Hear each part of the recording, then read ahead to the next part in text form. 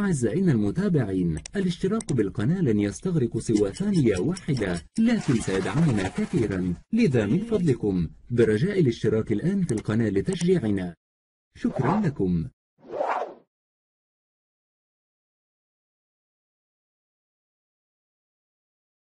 المدرب زلاتكو داليتش أن يحدث التوازن في وسط الميدان مع منتخب إسبانيا اللي خرج في الدور الثاني في نهائية كأس العالم في روسيا أمام منتخب البلد المنظم روسيا.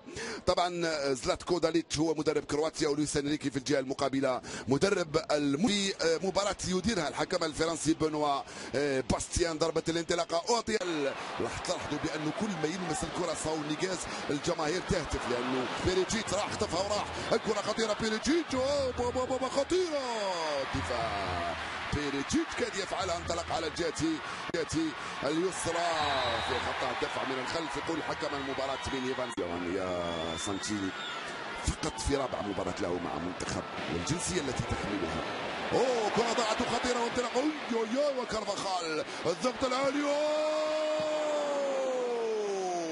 ايفان راكيتيتش كاز يهز الشباك، ضغط عالي رهيب كرواتيا. القاب لدوري ابطال اوروبا مع البارسا وكارفاخال.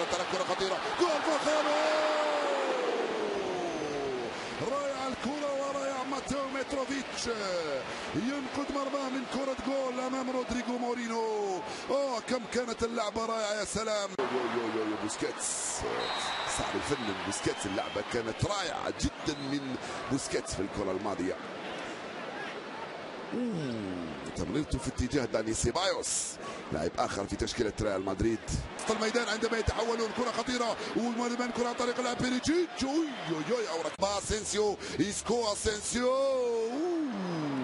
العوده الموفقه. يلعبوا بدفاع كلاسيكي في الخلف، وانطلاق على الجهه اليمنى.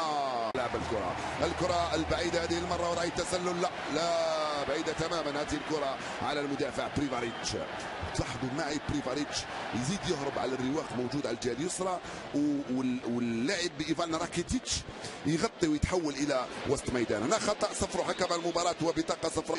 هيله رائع بروزوفيتش، التوزيع ضاعت. تمريرة أولى من أروع ما يكون، وتمريرة ثانية أكثر من رائعة من فيرسالكو، وخروج أروع من إيفان سانتيني. كاد يأتي الجول، اللعبة ولا أروع. جاية من هنالك، رائعة الكرة في اتجاه رودريغو مورينو والطويل العملاق لوف كالينيتش. راكيتيتش ومودريتش وبروزوفيتش اللي اخرج الكرات. شفنا كثير الوضعيات تاع راكيتيتش في الجهه اليسرى. انطلاقه صعبه من فيرسالكو،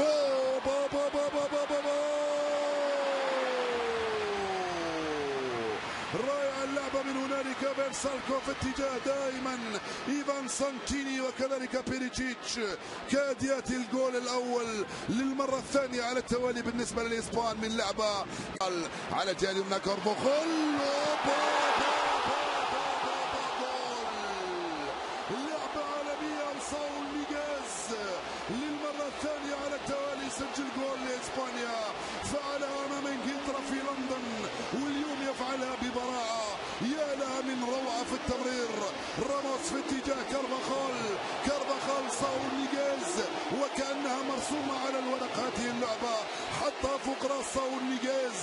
رائعة تمريرة راموس في اتجاه كارفاخال، ورائعة كرة كارفاخال، ورائع الارتقاء من ساول نيغاز.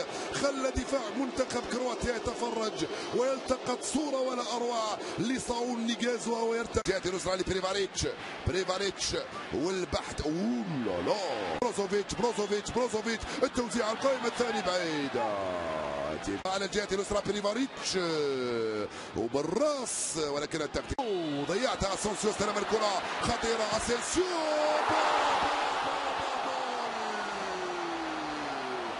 ماركو يا اسينسيو، صاروخ. جول ثاني لمنتخب اسبانيا، اول لاسينسيو في تاريخ عمره مع منتخب اسبانيا بعد 17 مباراة. لن ينسى هذا الجول، استلمها وضربها كرة قوية جدا في الزاوية اليسرى لمرمى كالينيتش، الذي يبدو أن طول قامته لم تنفع. أمر لم يحدث منذ سنوات. اسينسيو راح دخل، اسينسيو